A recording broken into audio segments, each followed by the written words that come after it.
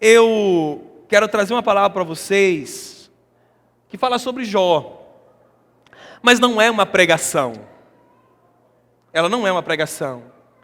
Eu quero só te apresentar algumas coisas na vida de Jó que me impressionaram durante um tempo que eu estou lendo, estudando um pouquinho sobre a vida de Jó. Então, o tema da nossa reflexão de hoje é este que os irmãos estão vendo: um homem extraordinário. Jó era um homem acima da média. Em tudo que ele fazia, tudo que ele tinha, tudo que ele era, ele estava acima da média. E eu percebo que nós temos nos esforçado talvez pouco para sermos essas pessoas acima da média.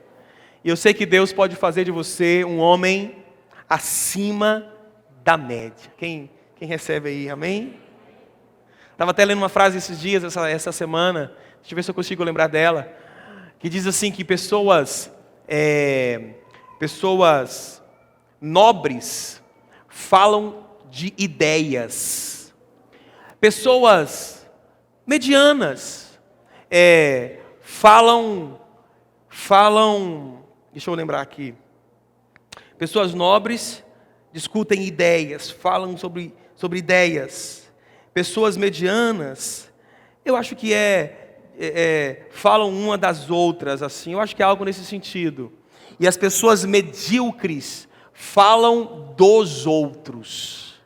Então, é isso que eu quero chegar. Às vezes você está tão tomado de apenas ficar falando dos outros, ou de coisas tão banais, ou reclamando da vida. Eu quero desafiar você a sair dessa vida mediana, em nome de Jesus, e entrar numa vida acima da média, como foi a vida de Jó. Nós sempre olhamos para Jó como esse homem que sofreu tanto, tadinho de Jó. Mas na verdade, esse sujeito chamado Jó passou sim por dias muito complicados. Alguns dizem que foram meses, outros dizem que passaram de ano, né? Mas talvez aí uma média, né, de 6 a 1 ano, 6 meses a 1 ano. Jó passou por uma situação complicadíssima na sua vida, sem saber o que estava passando nos bastidores. Somente nós, quando lemos o livro, sabemos que se tratava de uma disputa, né, entre Deus e Satanás. Mas Jó não sabia de nada disso, então ele passa esses meses aí com muita angústia, mas o resto da vida de Jó é de uma nobreza extraordinária. Então, acompanha comigo algumas referências bíblicas sobre este homem extraordinário chamado Jó. Primeira referência de Jó, logo no primeiro capítulo, logo no primeiro versículo, olha como a narrativa começa a respeito de Jó. Diz assim: na terra de Uz morava um homem chamado Jó. Sabe, irmãos, aqui já começa o meu encanto por essa história, porque em uma terra com tantos homens, ele era um homem diferenciado, ele foi o homem mencionado da sua terra. Então, eu profetizo que lá na tua célula, que tem 15 pessoas, tudo bem, muito menos pessoas do que a história de Jó, mas eu profetizo que na tua célula vai dizer sobre você assim, ó, lá na célula Efraim, né? Lá na célula Elohim, lá na célula Manancial, tem tantas células aqui, né? Lá na célula Vinho Novo, havia um homem, havia uma mulher lá. Você percebe que a história já começa destacando um homem no meio de milhares. Quantos homens não haviam na terra de Uz? Mas essa história vai tratar de um deles. Quantos homens haviam no tempo de Jó? Mas só ele tem um livro com a sua própria história. Nenhum outro homem foi digno de ter um livro com a sua própria história. Mas Jó foi digno de ter um livro relatando a sua vida. Eu profetizo que a tua vida não vai ser desinteressante. Eu profetizo que a tua história vai ser tão nobre que vão contar a respeito da tua vida.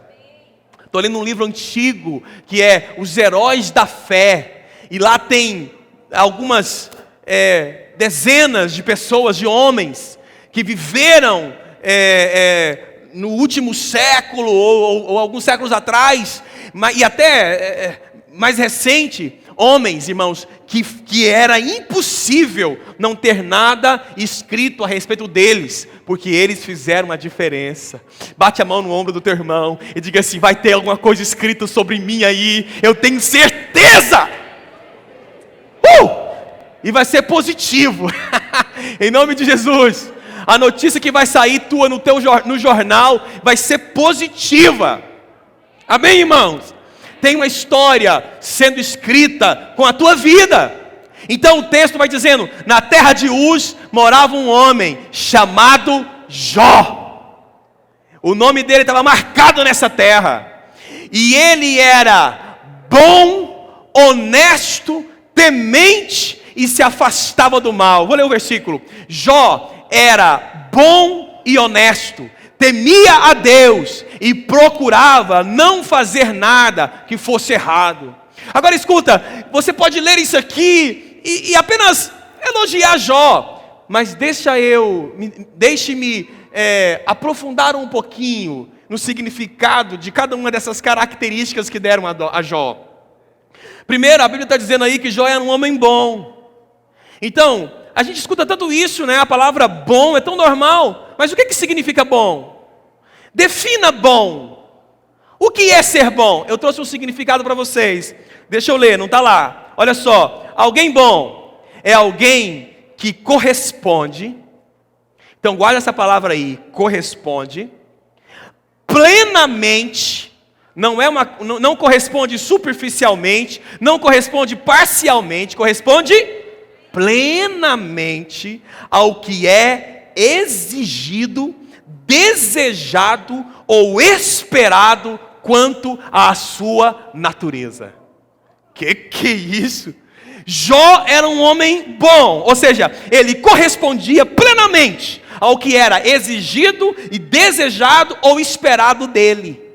Então, por exemplo, um bom líder é alguém que corresponde plenamente àquilo que é exigido, desejado e esperado dele. Aquilo que se exige dele, aquilo que se deseja dele, aquilo que se espera dele.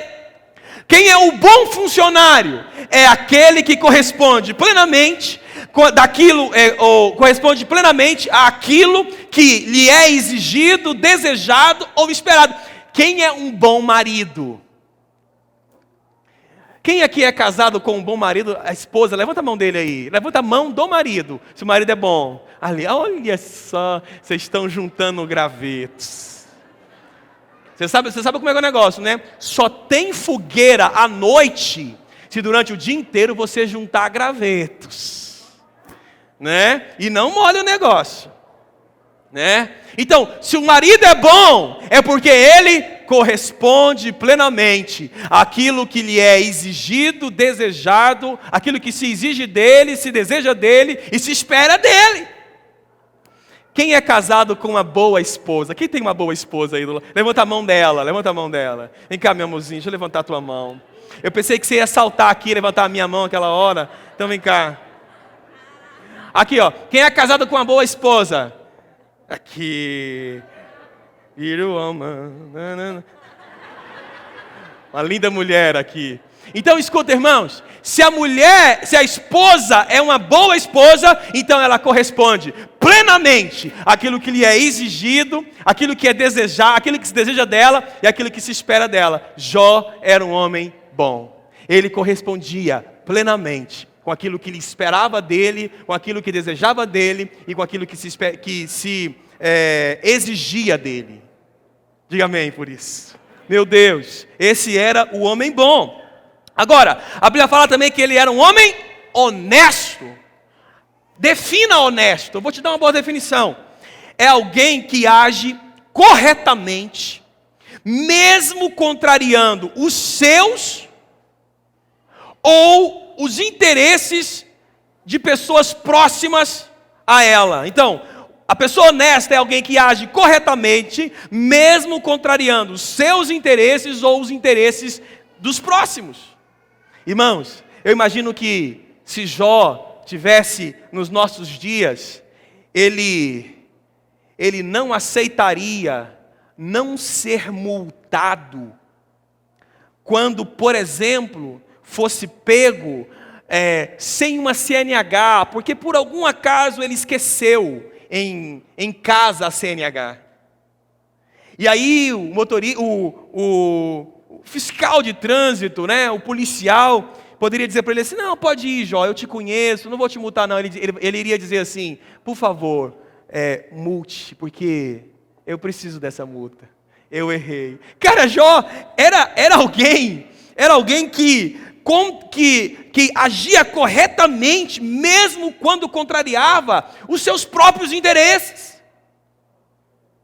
Ele era honesto, era um homem honesto. Olha só, agia com decência, era capaz de ser leal com outros, mesmo sem estar sendo vigiado. Eu vou ler um texto sobre a integridade de Jó daqui a pouco. Então, a honestidade de Jó fazia com que ele agisse de forma leal, mesmo quando ninguém estivesse vigiando Jó. Isso é ser honesto. Jó era bom, honesto, Jó era temente. O que é ser temente? O que é ter temor? Escuta, é aquele que dedica um respeito profundo e expressa obediência em relação a alguém. Esse era Jó. Ele tinha um respeito muito profundo, uma obediência muito aguçada. A quem? A Deus. Esse era Jó. Além disso, diz a Bíblia ainda nesse texto, que ele procurava não fazer nada que fosse errado. Você já procurou alguma coisa, irmãos? Já procurou uma chave que se perdeu na tua casa? Já procurou uma roupa que sumiu do guarda-roupa? Já procurou uma meia? Lá em casa, eu acho que todas as casas, mas lá em casa é muito engraçado, porque eu compro 10 pares de meia, é uma semana, está um pé de cada par, mas eu não consigo achar o outro pé. Acontece com você também? Tem alguém aqui, tem esse negócio lá na tua casa também? Graças a Deus, eu pensei que fosse um espírito que roubava os pares.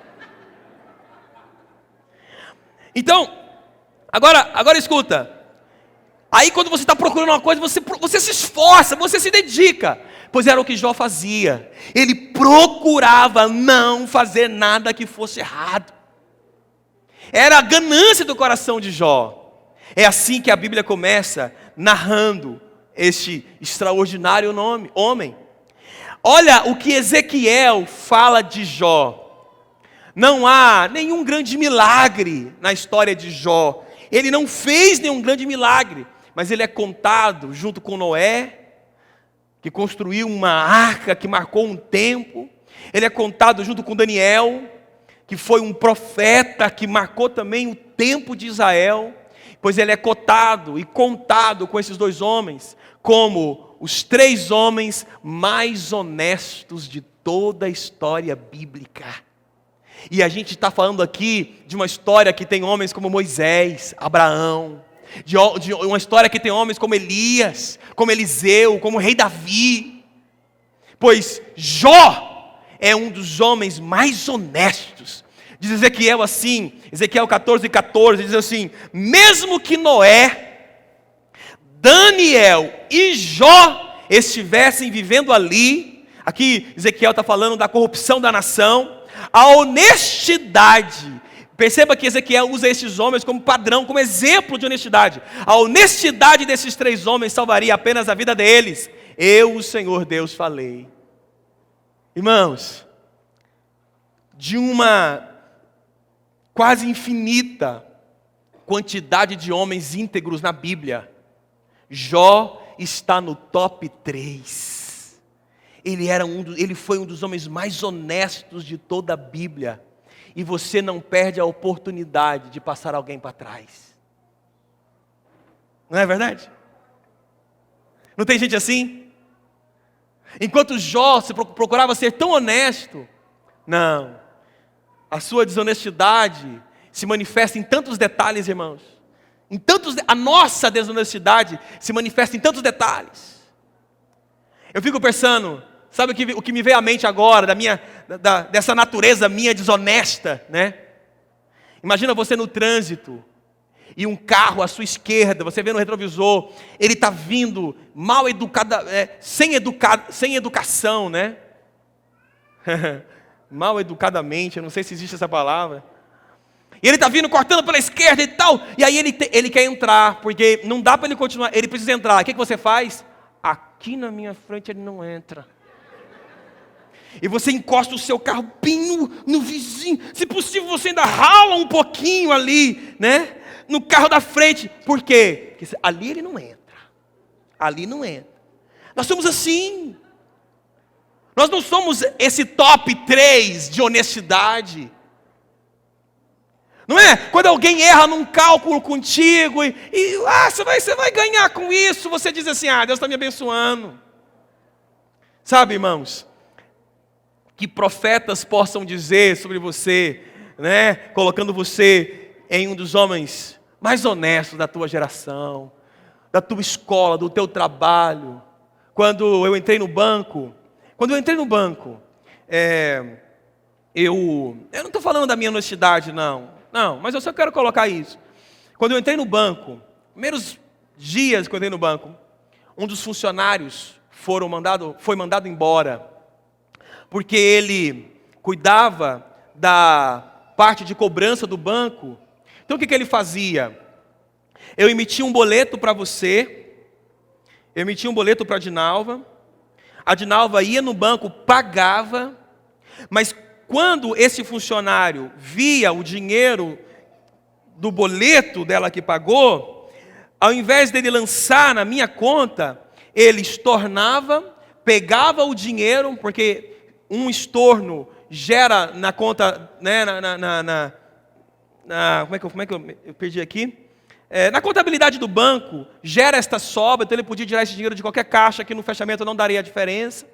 Então ele estornava isso, ficava com o dinheiro, e a Dinalva ficava devendo para mim. Então eu começava a cobrar da Dinalva, cobrava da Dinalva, e na verdade ela já pagou, e o cara está com dinheiro, né? Então até que isso estourou, né?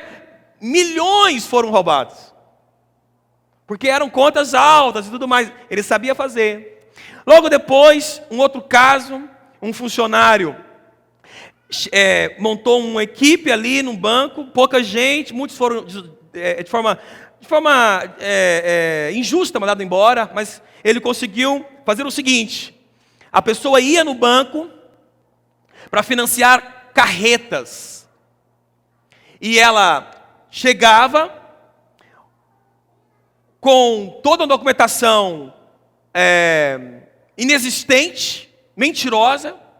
O banco financiava o bem, liberava o dinheiro, mas eles não alienavam o bem, não alienavam a carreta. Então, o banco não tinha como cobrar, não tinha como pegar nada de volta. E aí, eles estavam financiando carretas que não existiam. Roubou milhões também. Um outro caso, quando eu assumi a tesouraria, os caixas eletrônicos, todo caixa que você saca dinheiro, né? Alguém abastece ele. Então, no banco que eu trabalhava, eu era o responsável de fazer os abastecimentos. E cada caixa daquele cabe mais ou menos 300 mil reais. É uma boa grana, né? Então, e esses caixas, eles, em toda a rotina do banco, eles não são conferidos com tanta certeza. Então, na minha conta, diz que naquele caixa tem 120 mil. Mas, para saber se tem esse valor, alguém tem que ir lá conferir.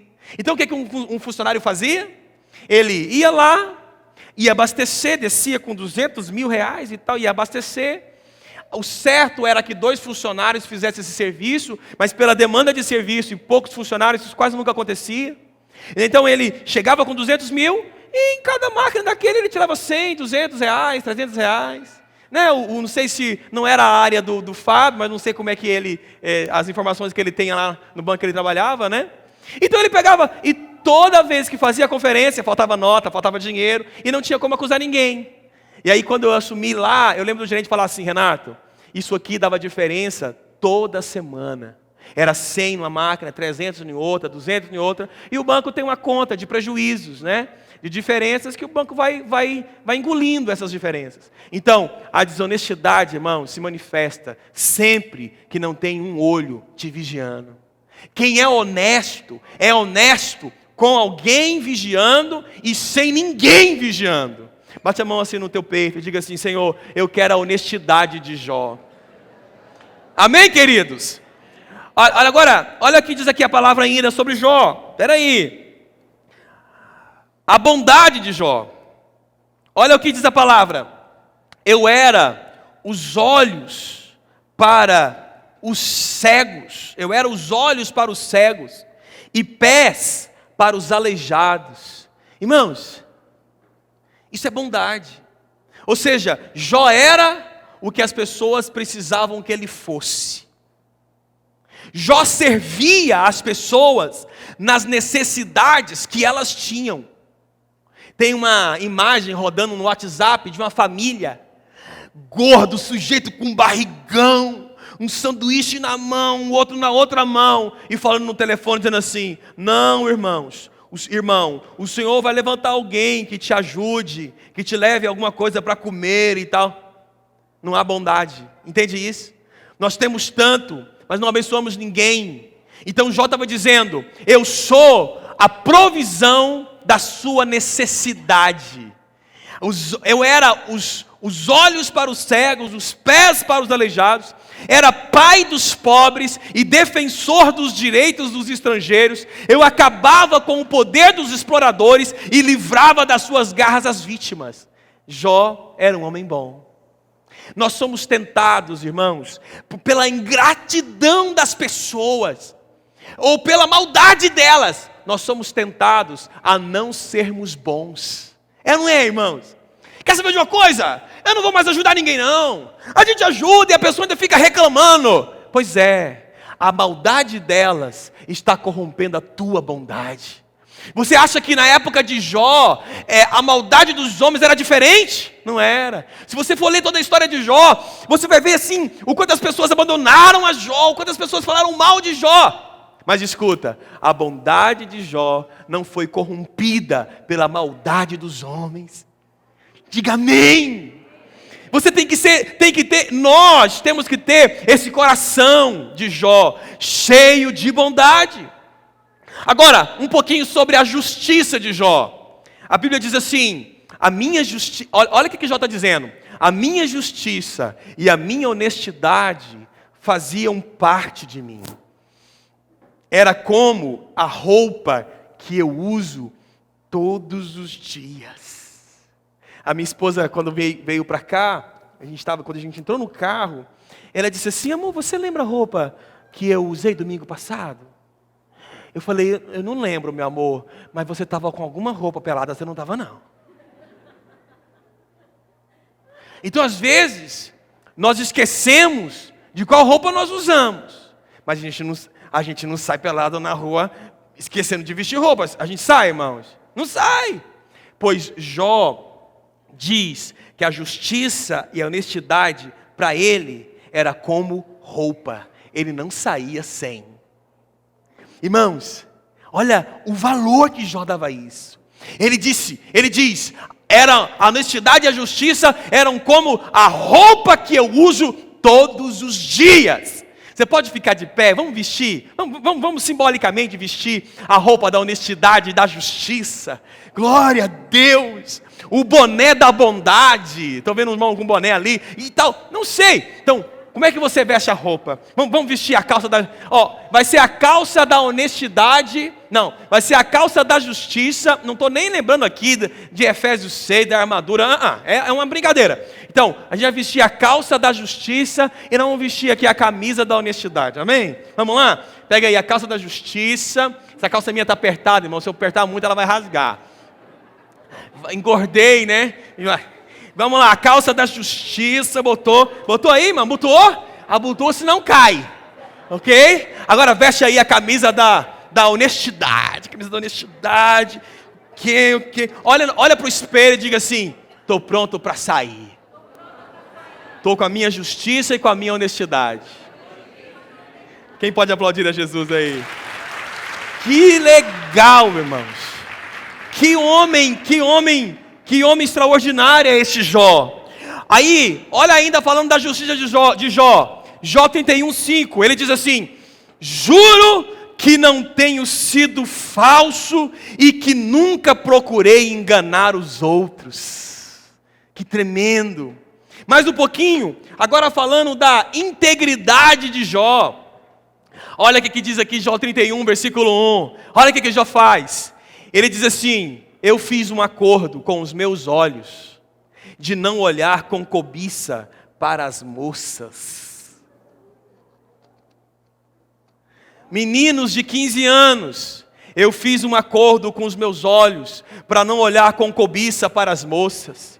Meninos de 30 anos, eu fiz um acordo com os meus olhos para não olhar com cobiça para as moças. Meninos de 40 anos, eu fiz um acordo com os meus olhos de não olhar com cobiça para as moças. Meninos de 50 anos, eu fiz um acordo com os meus olhos de não olhar com cobiça. Qualquer idade, irmãos, isso é um acordo. O pastor Jackson me contou uma história, eu acho que foi mais ou menos assim que eu vou contar para vocês. Diz que o pastor Melvin, que é pai do pastor Abe Uber, né, que era, né, já falecido, ele já velhinho, diz que o pastor Abe deixou ele em casa sozinho e saiu, foi comprar alguma coisa. E o pastor Melvin, já velhinho, ficou dentro de casa sentado. Aí quando o pastor Abe volta, o pastor Melvin estava de fora da casa, com a cadeirinha, sentado lá fora, no sol quente. Pai, o que o senhor está fazendo aqui? Não, meu filho, é que a funcionária que faz a limpeza da casa chegou, e eu sei qual que é a minha tentação. Mas pai, 60, 80 anos, velho. Eu sei. Eu fiz um acordo com os meus olhos, eu fiz uma aliança com os meus olhos, de não olhar para essas moças. O pastor Josué Gonçalves conta uma história, que foi almoçar com um pastor já de idade. E aí, ele estava sentado na mesa, só ele e o pastor Josué, e passaram duas moças, que na linguagem dele, essas moças estavam pirigueticamente vestidas. E esse velhinho diz assim: esta é a razão de nós homens cairmos em pecado.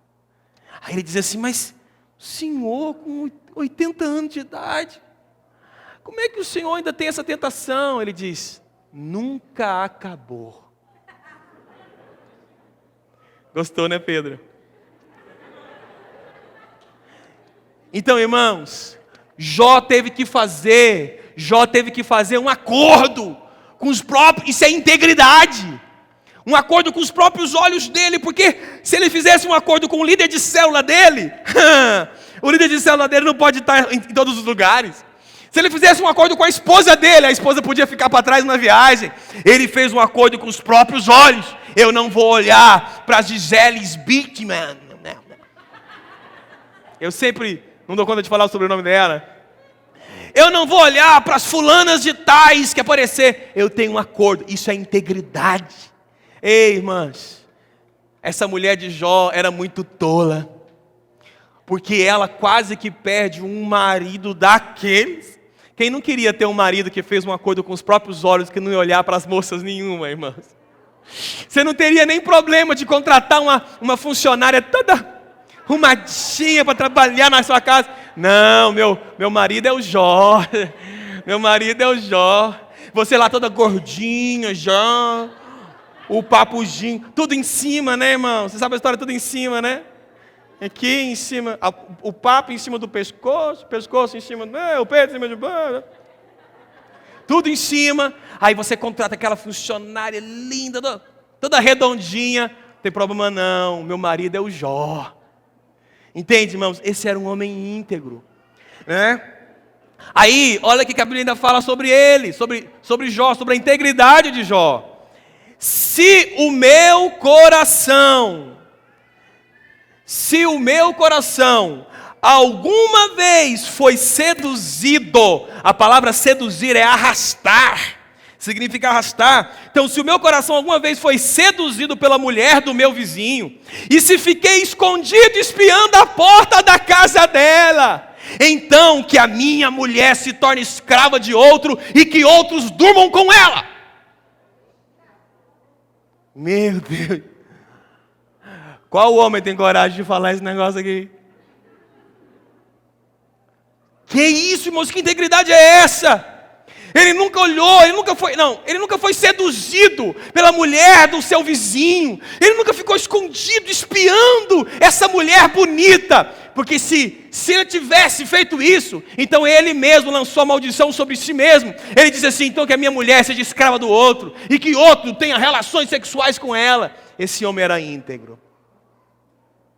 Que desafio a gente tem aqui em conhecer o Jó. Jamais procurei encobrir as minhas faltas, como fazem algumas pessoas, nem escondi no coração os meus pecados, nunca tive medo daquilo que os outros poderiam dizer, não fiquei dentro de casa calado com receio de que zombassem de mim. Esse era um homem íntegro, ele não procurava se esconder, ele não procurava esconder as suas faltas, ele não tinha vergonha, ele confessava. Um dos segredos da integridade é a confissão. Quanto mais você esconde, é como você guardar dentro de você um veneno. Quanto mais dentro de você, mais contaminado você fica. Quando a Sara era menininha, bebezinha, a minha esposa, na época ainda uma mulher com pouca, nem metade da capacidade que ela tem hoje. Gravetos, irmãos. A Sarinha deu febre. E a doutora mandou dar não sei quantos ml de Novalgina. Mas era Novalgina xarope, daquele de bebê. E ela pegou a Novalgina e pá na Sara. Por isso que a Sara é magrinha assim, tadinha. Não. Brincando, minha princesa. Aí eu estava no banco e a Rubens me liga, amor. Ela é sempre assim, muito assustada e tal. Amor. Eu falei, o que foi? Eu dei não sei quantos ml de Novalgina. Mas e qual o problema? Mas é de adulta, amor. Ela tá molinha, ela tá fraquinha. Liga pra doutora. A doutora falou assim, ela vai dar uma parada cardíaca a qualquer momento. Corre e leva para fazer uma lavagem estomacal. Tá, aí não vou entrar na hora, a gente estava desesperado, com plano de saúde, levamos para o hospital público. Tadinha da bichinha. Mas sobreviveu, tá linda e maravilhosa dali, minha filha. Depois ela bate em mim. Porque ela fala que toda pregação eu tenho que falar deles. Porque vocês são a paixão da minha vida, minha princesa. Aí, mas o que eu quero chegar aqui? Por que eu estou falando sobre isso? Porque eu esqueci. Mas eu vou lembrar. Aqui, ó. Lembrei. Estava brincando, esqueci não. É porque é o seguinte. Tinha algo errado dentro da Sara. Tinha um veneno. Porque tem uma frase que diz que a diferença, né, do remédio para o veneno é a dosagem, né? Então tinha um veneno dentro dela. E o que tinha que fazer? Bota para fora. Tem que tirar isso dela. Então, quando você tem algum pecado, se você não botar para fora, isso vai matar vai matar você. Vai te dar um ataque cardíaco, você vai morrer. O que foi? Pecado demais. Sério, irmãos. A integridade de Jó era conquistada por esse texto que a gente leu. Jamais procurei encobrir as minhas faltas. Amém, irmãos? Amém? Bate no ombro do teu irmão, diga para ele assim, conta para mim agora os seus pecados. O irmão chega gelou, né? Agora! Não, depois você conta para o seu discipulador. Olha, mãe e filho contar para a mãe vai dar problema, hein? Gente, além da bondade, da justiça, da integridade de Jó, olha a generosidade dele. Os empregados, Jó 31, versículo 31 e 32. Os empregados que trabalham para mim, disse Jó, sabem que os meus convidados comem à vontade, do bom e do melhor. Nunca deixei um estrangeiro dormir na rua. Os viajantes sempre se hospedaram na minha casa. Ele é generoso. Quem pode hospedar alguém aqui, irmãos? Vai ter uma conferência e tal. Na minha casa não. Na minha cama. Comer a minha comida. Pois Jó estava dizendo assim, olha, eu tenho testemunhas que dizem que eu sempre dei do bom e do melhor para todo mundo que era convidado na minha casa. Eu sou generoso. Amém, irmãos? Nós estamos tão habituados a perguntar assim, quando nós somos convidados para comer na casa de alguém, aí eu já estou até habituado, eu digo assim, o que é que a gente tem que levar? Mas quando a pessoa responde assim, nada, pode vir comer. Eu convidei um casal de pastor bem grandão para comer lá em casa. Ele disse assim, o que eu tenho que levar? Eu tenho liberdade com ele, né? O que eu tenho que levar, pastor? Eu disse, só a pança. Vem, pode comer à vontade. Então, às vezes, irmãos, nós precisamos exercitar um pouco mais a nossa generosidade. Não é? Eu sei que é muito bom fazer o churrasquinho do kit crente. Meu aniversário vem essa semana aí, a gente vai fazer uns kit crente por aí. Não tem problema não. Mas um dia, testa um pouquinho a tua generosidade, né? Chama os irmãos, chama o seu... Começa, eu vou te dar o começo. Começa pelos pastores. E compra a picanha. E quando o pastor fala assim, é que tem que levar. Diz, nada, pastor, só a pança. Com a picanha, exerça a generosidade. Olha só o que fala. Não, eu tenho que ler, é um textograma, eu tenho que ler com você. Olha só, nunca deixei de ajudar os pobres. Deixa eu ler aqui. Nunca deixei de ajudar os pobres, nem permiti que as viúvas chorassem de desespero. A viúva está chorando porque o marido morreu. Ele dizia, não chora minha filha, eu vou te ajudar. Acabou. Nunca tomei sozinho as minhas refeições. Irmãos, a palavra nunca é muito forte, porque você come todo dia. E Jó está dizendo, eu nunca tomei sozinho as minhas refeições, mas sempre reparti a minha comida com os órfãos. Eu os tratava como se fosse pai deles, e sempre protegia as viúvas. Quando via alguém morrendo de frio por falta de roupa, eu notava algum pobre que não tinha com que se cobrir, eu lhe dava roupas quentes, feitas com a lã das minhas próprias ovelhas, e ele me agradecia do fundo do coração.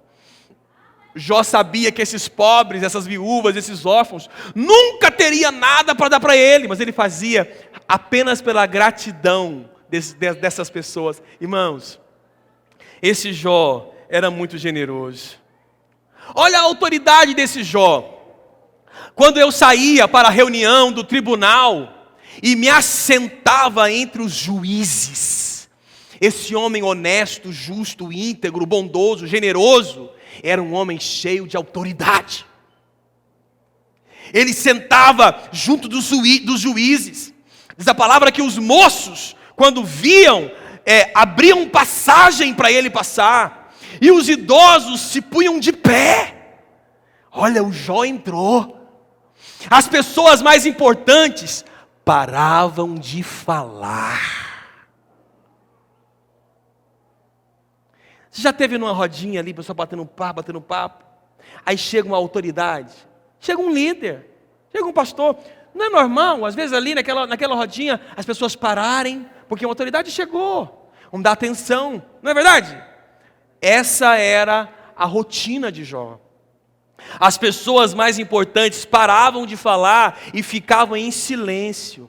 As autoridades se calavam, não diziam mais nada. Quantos querem ser pastoreados pelo pastor Jó? Meu Deus. Olha o reconhecimento dele.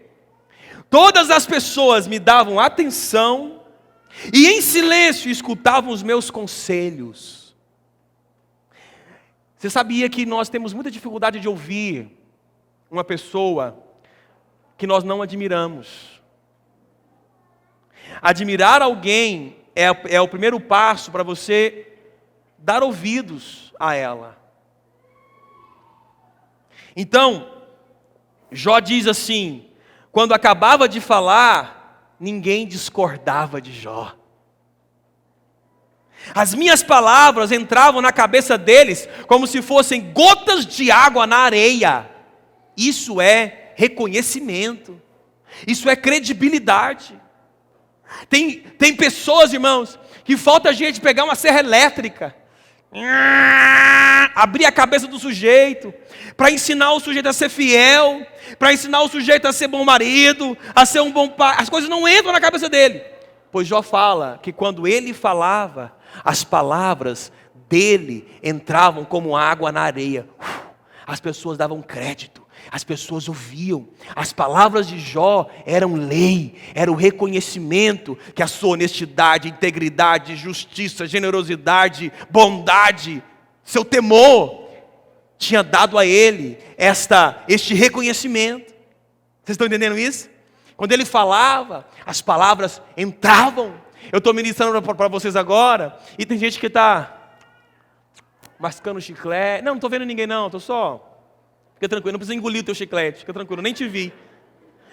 A pessoa está no WhatsApp, está no Facebook, mas se fosse o pastor Jó, as palavras estavam sendo anotadas, escritas, gravadas. Meu Deus, é o Jó que está pregando, né?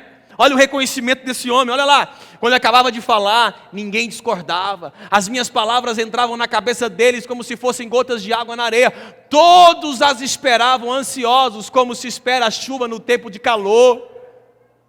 O pessoal estava esperando as palavras de Jó, ansiosos para falar com Jó, para ouvir Jó. Olha a influência de Jó. Olha a influência, irmãos, esse texto é extraordinário. Eu sorria para aqueles que tinham perdido a esperança. O meu rosto alegre lhes dava coragem. Vem cá, Daniel. Faz uma encenação para mim, aqui embaixo mesmo. Filma aqui, Rafinha, a cara do Daniel, sem esperança. Daniel não tem esperança. Mas a Bíblia fala que quando Jó passava pelo Daniel, pelo Daniel. Quando Jó passava pelo Daniel, e o Daniel olhava para a cara de Jó, olha para a cara de Jó, e o Jó ria. Você viu? Foi automático. A Bíblia fala que o sorriso de Jó dava coragem para aquele que tinha perdido a esperança. Obrigado, Daniel. Vamos aplaudir o Daniel aqui. Gente, pessoal, era como se o Jó fosse o próprio Deus. Ele riu para mim. Olha, ele riu para mim. Tem esperança. O cara que alcançou tudo na vida, ele riu para mim. Você consegue entender a influência de Jó? Gente, isso é muito tremendo. Quando querem ser tão cheios de Deus quanto Jó, o seu sorriso vai trazer coragem. O teu sorriso trazer coragem para as pessoas, irmãos. Ele transmitia vida pelo sorriso. Esse era o Jó. Olha ainda o que falavam de Jó, os elogios que davam a ele. Quem me ouvia falar, me davam parabéns. Os que me viam falavam bem de mim. Esse Jó estava cercado de coisas boas. Esse homem ainda era rico. Olha só, eu vou caminhar um pouquinho mais rápido para a gente terminar. Esse homem era um dos mais ricos da face da terra. Ele era dono de 7.000 ovelhas, de 3.000 camelos, de 1.000 bois, de 500 jumentas. Tinha também um grande número de escravos. Enfim, Jó era o homem mais rico de todo o Oriente. A Bíblia fala que um dos funcionários de Jó chegou dizendo: Jó, nós estávamos arando a sua terra quando os inimigos vieram e roubaram o gado. Eles estavam o quê? Jó tinha muita terra. Roubaram os bois, roubaram as ovelhas, os filhos, mas não roubaram as terras de Jó. Eu acredito que foi por suas terras que ele reconstruiu toda a sua riqueza. Mas esse homem era muito rico. Mas diz a palavra, olha só, que na casa dele sempre havia leite à vontade. Isso lá, para eles, era símbolo de riqueza. Sempre havia leite à vontade e também azeite tirado das oliveiras plantadas entre as pedras. Mas mesmo sendo tão rico, olha que lindo, irmãos, esse homem mais rico, um dos homens mais ricos da face da terra, ele diz assim: jamais confiei no ouro, jamais confiei no ouro. Ele nunca foi a base da minha segurança. Nunca me orgulhei de ter muitas riquezas, nem de ganhar muito dinheiro. Eu tenho muito, mas eu nunca me orgulhei de ter. Eu tenho muito, mas nunca foi a minha segurança o dinheiro. Que tremendo, irmãos. Esse homem sabia ter riquezas. Esse homem estava pronto para ser rico. Estava pronto para ser rico. Porque ele sabia onde estava a confiança dele. Ele sabia onde estava a esperança dele. Ele estava pronto para ser rico. Pergunta para o teu irmão. Pergunta para ele assim: você está pronto para receber de Deus toda a prosperidade que Ele quer te dar? Tem gente que tem que morrer pobre, porque se Deus der dinheiro, desvia. Diga: eu não sou assim. Diga: pode mandar dinheiro, Jeová. Olha, vamos lá rapidinho. Jó tinha uma família modelo.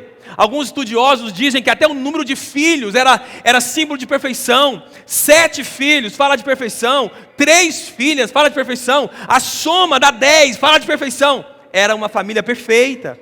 A Bíblia diz que havia proteção sobre o lar de Jó. Diz assim: naqueles dias eu estava bem de vida, e a amizade de Deus era a proteção do meu lar. Irmãos, um homem rico, íntegro, bondoso, generoso, justo, reto e tantas coisas, e ainda tinha uma família guardada, protegida, educada, equilibrada. Meu Deus! A Bíblia diz assim, olha o que o diabo fala sobre Jó. O diabo fala assim: acaso não puseste uma cerca, Deus? Aqui é o diabo falando para Deus: acaso não puseste uma cerca em volta dele, da família dele e de tudo que ele possui? Tinha uma cerca em volta dele, tinha uma cerca em volta da família, e tinha uma cerca em volta de tudo aquilo que estava ligado a Jó. Irmãos, se eu sou justo, se eu vivo em integridade, há uma cerca em volta de mim, há uma cerca em volta da minha família, e há uma cerca em volta de todos aqueles que se alianciam, daqueles que fazem aliança comigo. Amém, irmãos? Agora, se você está fazendo aliança com coisas impuras, então aí a cerca vai quebrar. Meu Deus, Senhor, repara as nossas cercas. Repara as nossas cercas. Fala comigo assim: uma cerca ao meu redor, uma cerca ao redor da minha família, e uma cerca ao redor de tudo que está conectado a mim. Paulo entra num barco, num navio, aquele navio vai afundar, mas Paulo estava lá, não podia afundar, até que afundou, mas ninguém podia morrer. Tinha uma cerca em volta de Paulo e de todos que estavam ligados a ele. Amém, irmãos? Isso é tremendo. O diabo, sabe quem está dizendo isso? O diabo. Ele tentava passar a cerca, não dava para passar. Deus tinha cercado tudo que Jó tinha, tudo que Jó era. Levanta a tua mão assim, diga: Senhor, cerca a minha vida. Cerca a minha vida. Aleluia. Agora olha só, não havia traços de rebeldia na família de Jó, irmãos. A Bíblia fala assim que os filhos de Jó viviam sempre ao redor dele, junto com os pais. Que coisa linda. E para terminar, olha o que Jó fazia pela família. Diz assim que ele terminava um período de banquetes, então Jó mandava chamar os filhos, fazia com que os filhos se purificassem. De madrugada ele levantava, oferecia holocausto em favor dos filhos, porque ele dizia: talvez os meus filhos tenham lá no íntimo pecado e amaldiçoado a Deus. Era essa a prática constante de Jó. Jó amava a família. Talvez eles tivessem pecado, Jó estava sacrificando pela... Vocês estão entendendo isso? Quais são os sacrifícios que nós temos feito pelas nossas famílias? Jó era um homem justo com os de fora. A medida que Jó tinha para os de fora, ele tinha para si mesmo e tinha para a sua família. Eu queria que a gente orasse hoje, para que Deus melhorasse quem nós somos. Em nome de Jesus. Amém.